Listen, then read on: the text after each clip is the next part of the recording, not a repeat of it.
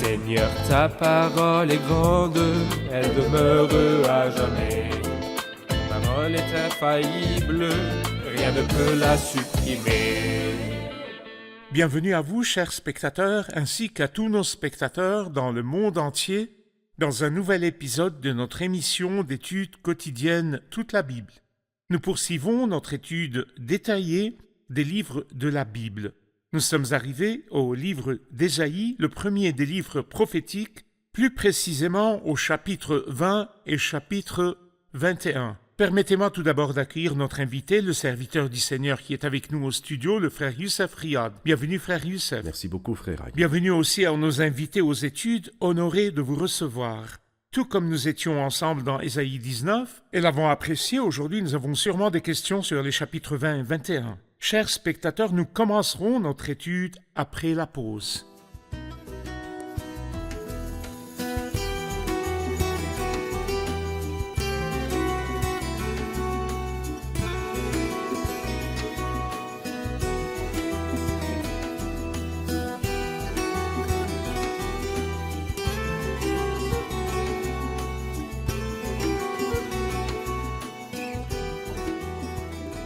Bienvenue, frère Youssef. À vous de même. Dans le dernier épisode, nous avons beaucoup parlé de l'Égypte. Et il est clair que nous sommes dans la partie concernant les jugements sur les pays entourant le pays d'Israël qui ont traité avec cette nation de quelque manière que ce soit. Nous aimerions avoir un titre pour les chapitres 20 et 21 qui font l'objet de notre étude aujourd'hui et savoir quels sont les pays visés par ces prophéties. Je pense que nous pouvons considérer le chapitre 20 comme un appendice au chapitre 19. Puisqu'il parle également du jugement imminent sur l'Égypte. Nous avons vu un magnifique tableau panoramique du passé, du présent et de l'avenir de l'Égypte au chapitre 19. Ici, il parle de l'avenir proche et de ce qui arrivera à l'Égypte. L'Égypte qui était le soutien du peuple ancien de Dieu, comme si Dieu leur disait que ce sur quoi vous vous appuyez est un roseau cassé qui transperce la main de celui qui s'appuie dessus. Quant au chapitre 21, il nous parle d'un triple message. Message sur le désert maritime, c'est-à-dire Babylone, message sur Douma, et enfin il y a un message sur l'Arabie. Parfait. Quant au chapitre 20, je vais lire quelques versets et revenir vers vous avec une question. L'année où, envoyé par le roi d'Assyrie Sargon, Tartan vint faire le siège d'Asdod et s'empara de cette ville, l'Éternel avait parlé par l'intermédiaire d'Ésaïe, le fils d'Amoz. Il lui avait dit « Va, détache le sac qui est autour de ta taille et retire les sandales qui sont à tes pieds. » C'est ce qu'il fit, il marcha sans habits et pieds nus. L'Éternel dit alors « Mon serviteur Ésaïe a marché sans habits et pieds nus pendant 3 ans. » C'était un signe et un présage contre l'Égypte et contre l'Éthiopie. De la même manière, le roi d'Assyrie emmènera les déportés égyptiens et les exilés éthiopiens, les jeunes garçons comme les vieillards, sans habits, pieds nus et l'arrière découvert. Ce sera une source de honte pour l'Égypte.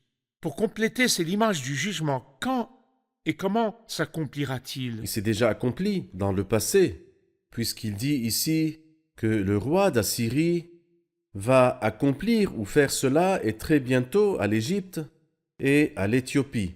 L'humiliation ultime. De quoi s'agit-il? Nous lisons à ce propos au verset 4, quand il dit qu'ils feront marcher les jeunes garçons comme les vieillards sans habits, pieds nus et l'arrière découvert. Ce sera une source de honte pour l'Égypte, une situation très honteuse. Et en fait, la nation d'Assyrie était très connue pour cela. Avec les captifs. Capturait, oui, à cette époque-là. Lorsqu'il capturait quelqu'un, il l'insultait ainsi. Et je crois qu'il y a effectivement quelques images sur les murs qui commémoraient leurs nombreuses victoires. C'était une humiliation pour les captifs de Exactement. marcher sans habits. Sans habits. Bon, verset 5, alors on sera dans la terreur et la honte à cause de l'Éthiopie en qui l'on avait placé sa confiance et de l'Égypte dont on vantait la splendeur. Les habitants de ces régions côtières diront ce jour-là, voilà ce qu'est devenu l'objet de notre confiance, nous comptions sur lui pour être secourus, pour être délivrés du roi d'Assyrie. Comment pourrons-nous lui échapper maintenant? Leur réaction lorsqu'ils ont vu ce qu'était devenu l'Égypte, le refuge. Ma question maintenant pour vous, que beaucoup de gens se posent aussi. Comment Ésaïe a-t-il pu vivre sans habits et pieds nus pendant 3 ans? Sans habits signifie qu'il s'est dépouillé de ses vêtements extérieurs. Car si nous comparons entre ce qui est écrit au verset 3 et ce qui est écrit dans le verset 4, nous saurons qu'il n'était pas complètement nu. Cependant, il était dépouillé de ses vêtements extérieurs, pieds nus, il marchait pieds nus, il n'y a pas de problème. Et alors, pendant une période de 3 jours, il s'est présenté ainsi, afin de dire ou de montrer que très bientôt, ce scandale-là se produira, et ceux qui vont être capturés marcheront dans la honte et le déshonneur. Et c'est comme si le Seigneur, quand il a vu que sa parole dépouillée ne produisait pas d'impact ou de réaction, a voulu donc leur illustrer le jugement. Une illustration. Tout à fait. Aujourd'hui, les gens utilisent plus la télévision que la radio, car quand on voit, c'est différent de quand on entend seulement.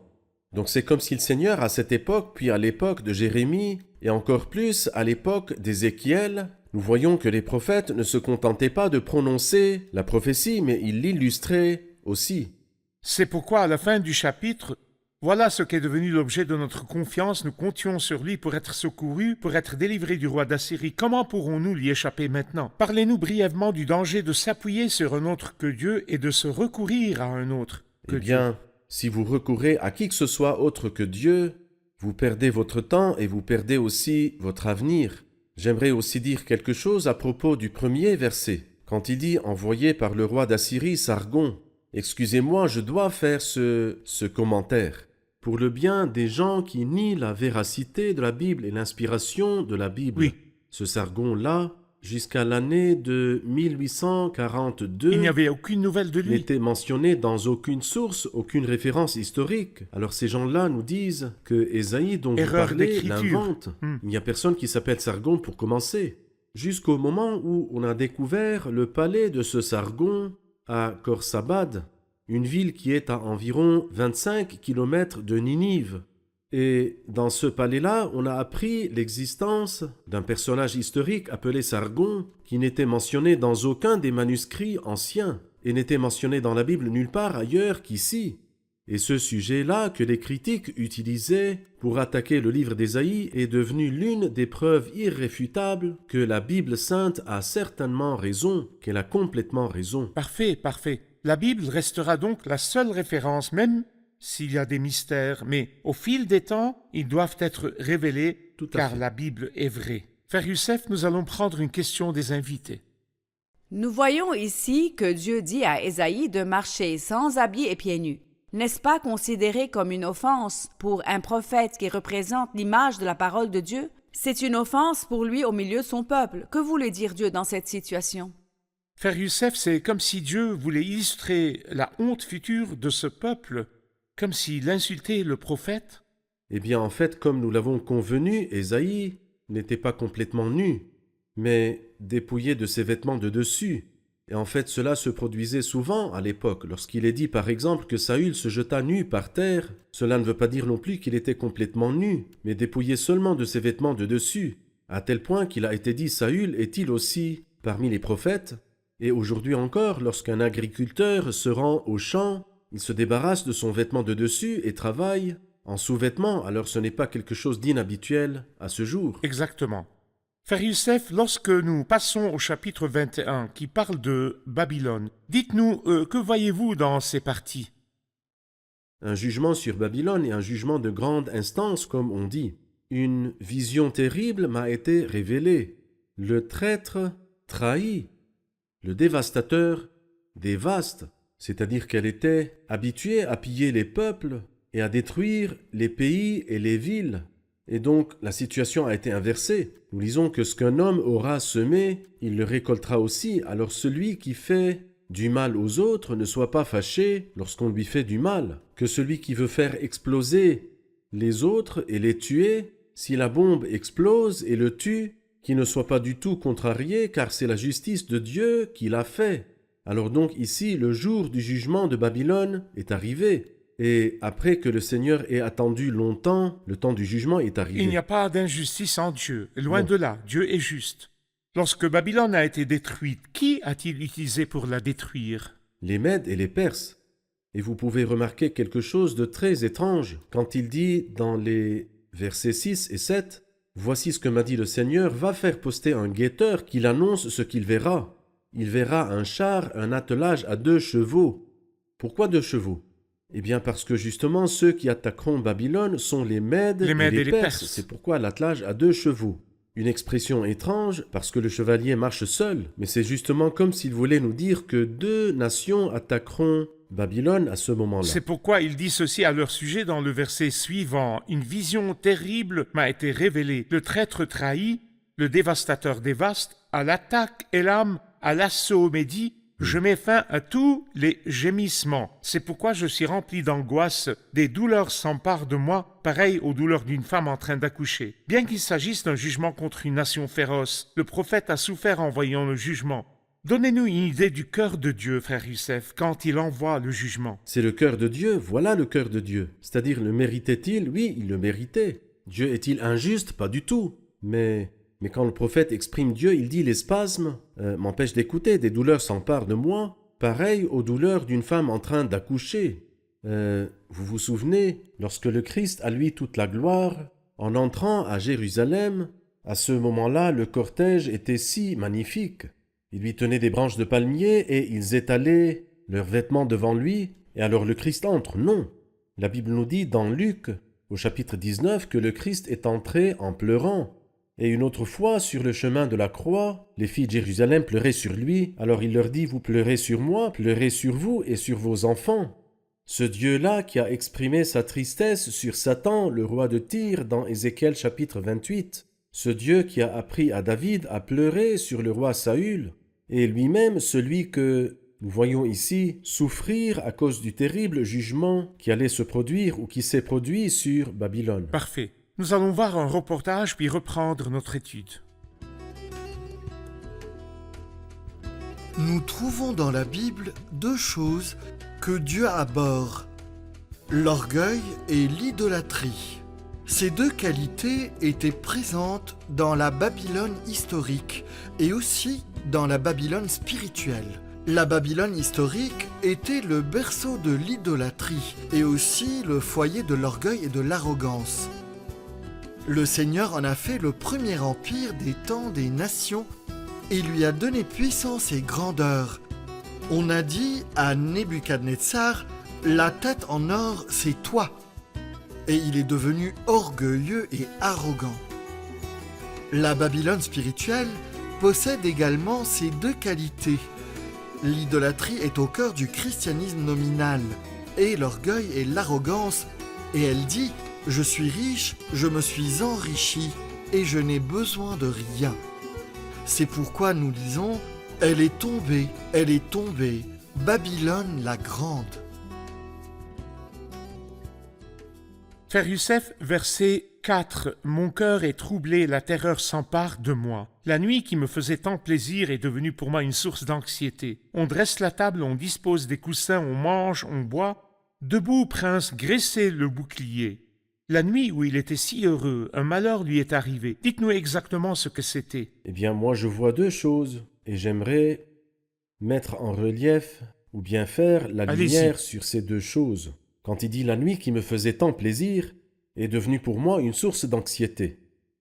Nous pouvons voir dans 1 Thessaloniciens 5, quand les hommes diront « paix et sécurité », alors une ruine soudaine fondra sur eux, cela se produira dans l'avenir après l'enlèvement de l'Église. Alors les hommes rêveront de paix lorsqu'ils verront le cheval blanc. Mais juste après le cheval blanc, au chapitre 6 du livre de l'Apocalypse, il y a un cheval rouge feu, et celui qui le montait reçut le pouvoir d'enlever la paix de la terre. Alors les hommes rêvent de paix, de plaisir et de joie. Nous lisons par exemple, à propos du roi Belchassar, roi de Babylone, qu'il donna un festin assez grand au nombre de 1000. Imaginez quelqu'un qui a invité 1000 grands hommes, et il est écrit « on dresse la table ». On dispose des coussins. Dans une autre traduction, on dit « on étale les tapis rouges, on étend les tapis rouges ». Quelque chose de merveilleux. La réception déshonorable. Vraiment merveilleux. Cependant, cette nuit-là, apparurent les doigts d'une main et ils écrivirent sur le plâtre du mur. Imaginez donc cette scène. À qui cela est-il arrivé? Au roi Belchassar. C'était le roi de Babylone. Et à peine le roi a-t-il vu l'apparence d'un doigt écrivant sur le plâtre qu'il a été terrifié. Et a crié, et il est mort cette nuit-là. La nuit qui me faisait tant plaisir est devenue pour moi une source d'anxiété. C'est une chose. Et l'autre chose, il dit « Debout, prince, graissez le bouclier ». Je voudrais dire que c'est une préparation trop tardive. Quant au peuple, quant à l'armée des Mèdes et des Perses, d'après ce que dit Hérodote, ils ont pénétré sous les Ils ont détourné les eaux du fleuve. Ils ont détourné les eaux de l'Euphrate et ont pénétré sous les hautes murailles de Babylone et sont entrés. Et l'armée s'est rendue compte que l'ennemi était au cœur de la ville. Et alors toi tu dis au prince, graissez le bouclier, debout prince, mais les princes s'enivrent avec toi. Se préparer après qu'il ait été trop tard. Et à propos, cela se produira après l'enlèvement de l'Église. Dans la parabole des 10 vierges, les autres jeunes filles vinrent et dirent « Seigneur, Seigneur, ouvre-nous ». Too late, c'est trop vrai. tard. Rien ne sert de se préparer quand il est trop tard. Tout à fait. C'est vrai, fini. c'est vrai. Verset 8, le guetteur s'écria, pareil à un lion, « Seigneur, je me tiens sur mon poste de guet toute la journée, et je suis debout à ma tour de garde toutes les nuits. Et voici qu'arrive un char, un homme sur un attelage à 2 chevaux. Il prit encore la parole et dit, elle est tombée, Babylone. Et toutes les sculptures sacrées de ces dieux sont en pièces par terre. Elle est tombée, Babylone. » Qu'est-ce que cela vous rappelle dans le passé et dans le futur? Tout d'abord ici, le fait que ceci se répète 2 fois me rappelle le rêve que le Pharaon a vu 2 fois. Et quand Joseph est venu interpréter le rêve, il dit au roi, « Si le Pharaon a vu le rêve se répéter, c'est que la décision est ferme de la part de Dieu et qu'il la mettra rapidement en œuvre. » Donc le but de la répétition est de souligner et d'accélérer les choses.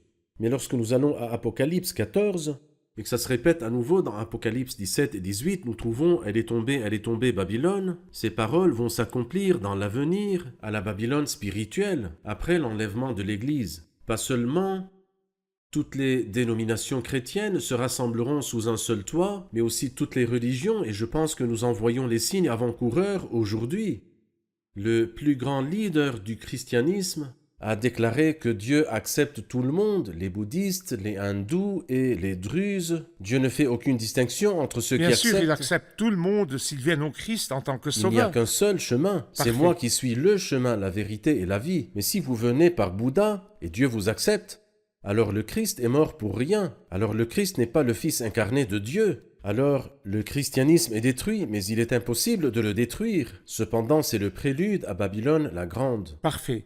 Nous avons besoin pour les versets 11 et 12 d'un commentaire sur le jugement d'Édom. Qui est Édom et quel est le jugement sur Édom? Oui, il est écrit ici « Message sur Douma ». Et certaines personnes croient que le mot Douma est mentionné dans Genèse chapitre 25, dans le verset 14, où il est dit que l'un des fils d'Ismaël s'appelait Duma, et Séhir qui n'est autre qu'Ésaü. Et qu'il s'agisse du fils d'Ésaü ou du fils d'Ismaël, il semble que les deux se sont unis parce qu'en effet, Ésaü a épousé des filles d'Ismaël. Donc, il dit dans le verset 11, « On me crie sentinelle ». La sentinelle est le prophète. C'est lui qui était responsable de l'alerte, car bien sûr, à cette époque, il n'y avait pas de radar comme aujourd'hui. Les grandes villes devaient donc avoir des sentinelles. Et alors la sentinelle devait avoir une excellente vue et une ouïe très fine et une voix forte, parce qu'elle devait justement voir l'ennemi de loin et entendre les chuchotements des armées qui s'approchent, Et sonner de la et trompette. crier d'une voix forte pour que tout le monde puisse entendre quand le danger arrive. Dans la traduction interprétative, ce verset est traduit comme suit. « Guetteur, que reste-t-il de la nuit? N'est-il pas temps qu'elle finisse ?» À ce moment-là, la sentinelle répond « Le matin arrive, mais aussi la nuit. Le matin viendra certainement pour ceux qui attendent le Seigneur, et la nuit viendra certainement pour tous ceux qui renient Dieu et refusent d'accepter son Messie. » Et ensuite il leur dit, si vous voulez poser des questions, posez-les, convertissez-vous et venez. C'est-à-dire que même à cette nation, même à ce peuple qui est immoral et profane, comme il est dit dans Hébreux chapitre 12, Dieu est prêt à l'accepter si vraiment il se repent et revient. Il nous reste le dernier jugement ou la dernière prophétie sur l'Arabie à partir du verset 13. Donnez-nous une idée par manque de temps, une brève idée de cette partie. Oui, en effet, cela s'est accompli dans le passé, aussi au temps de Nebuchadnezzar, car cet homme-là n'a épargné personne, il a rempli son devoir envers tous les peuples, y compris les pays de l'Arabie. Il dit pays de Théma, allez à la rencontre du fugitif avec du pain. Mais il nous dit aussi une très belle chose dans le verset 16. En effet, voici ce que m'a dit le Seigneur, encore un an compté aussi précisément que les années d'un travailleur salarié. Et cela signifie ni plus ni moins parce que le salarié n'est pas prêt à travailler un jour de Il plus. prendra son droit en Il entier. prendra son droit en entier et l'employeur ne le laissera pas partir un jour plus tôt. Donc, encore 1 an et toute la gloire de Kédar aura disparu. Il ne restera qu'un petit nombre d'archers parmi les guerriers de Kédar. Ce n'est pas une disparition définitive, comme nous l'avons vu à Babylone, d'une disparition totale et définitive. Mais là, c'est une disparition avec un reste, c'est-à-dire il ne restera qu'un petit nombre d'archers parmi les guerriers de Kédar. C'est l'Éternel, le Dieu d'Israël, qui l'annonce. Lorsqu'il a voulu garantir l'activation de ses prophéties et de ses paroles, il a dit « C'est l'Éternel, le Dieu d'Israël, qui l'annonce ». Frère Youssef, lorsque l'Éternel l'annonce, quelle garantie cela nous donne-t-il? En effet, quand l'Éternel l'annonce, dans le 1er chapitre, il dit quelque chose de très important. « Ciel, écoute, terre, prête l'oreille. En effet, l'Éternel parle. » Alors donc, lorsque l'Éternel parle, comme le dit un des cantiques, qui peut parler après lui? Tant que Dieu a parlé, en fait, c'est la fin de toute parole, le dernier mot de toute parole, parce que Dieu parle. Et c'est pourquoi l'homme sage et prudent, lorsque vous lui donnez une idée, dit « Où est-elle dans la Bible ?» Trouvez-moi un verset de la Bible. Que dit la Bible sainte? C'est ce que l'apôtre Paul disait toujours. Que dit la Bible sainte? Si tu me trouves un verset de la Bible sainte, je dois me soumettre aux paroles de la Bible. Mais alors si quelqu'un me dit n'importe quoi, c'est la parole de Dieu qui est Et vraie. parce que l'Éternel parle, ce que l'Éternel dit doit s'accomplir. C'est vrai. Frère Youssef, je sais que nous ne présentons pas tout en détail, mais nous éveillons la curiosité de nos chers spectateurs pour les grandes lignes de la prophétie. J'espère que tous les spectateurs se tourneront vers la Bible et sauront ce qu'elle dit. Merci, Amen. Nous sommes arrivés à la fin de l'épisode. Revoyons-le avec nos invités.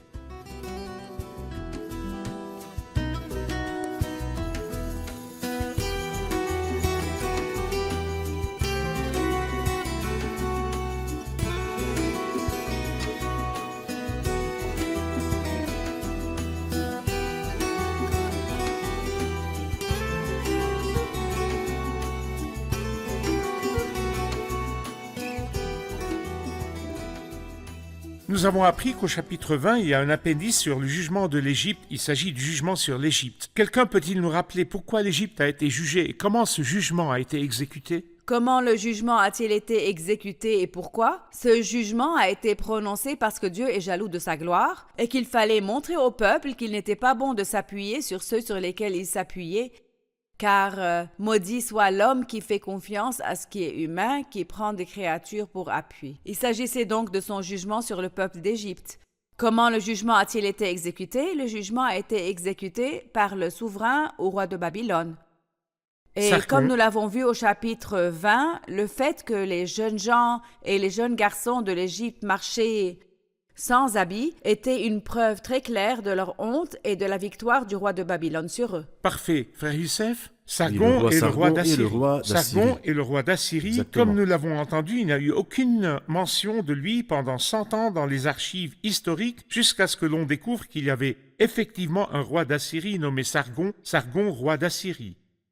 Au début du chapitre 21, il y a un jugement sur Babylone. J'aimerais savoir comment le jugement sur Babylone a été exécuté, comment Babylone a été jugée.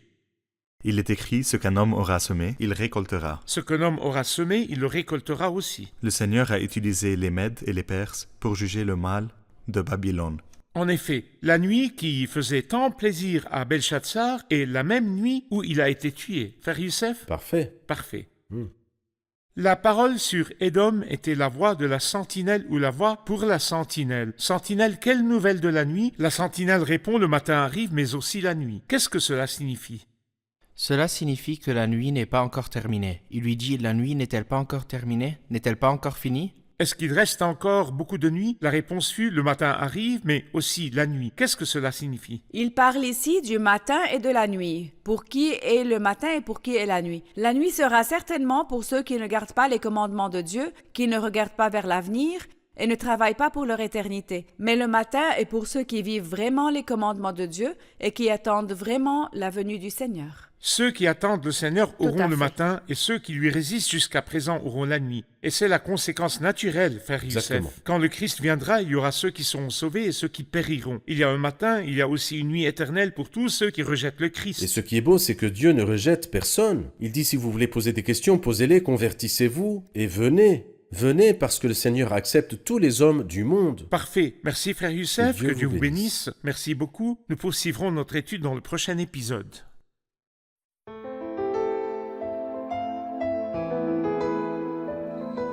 Seigneur, ta parole est grande, elle demeure à jamais.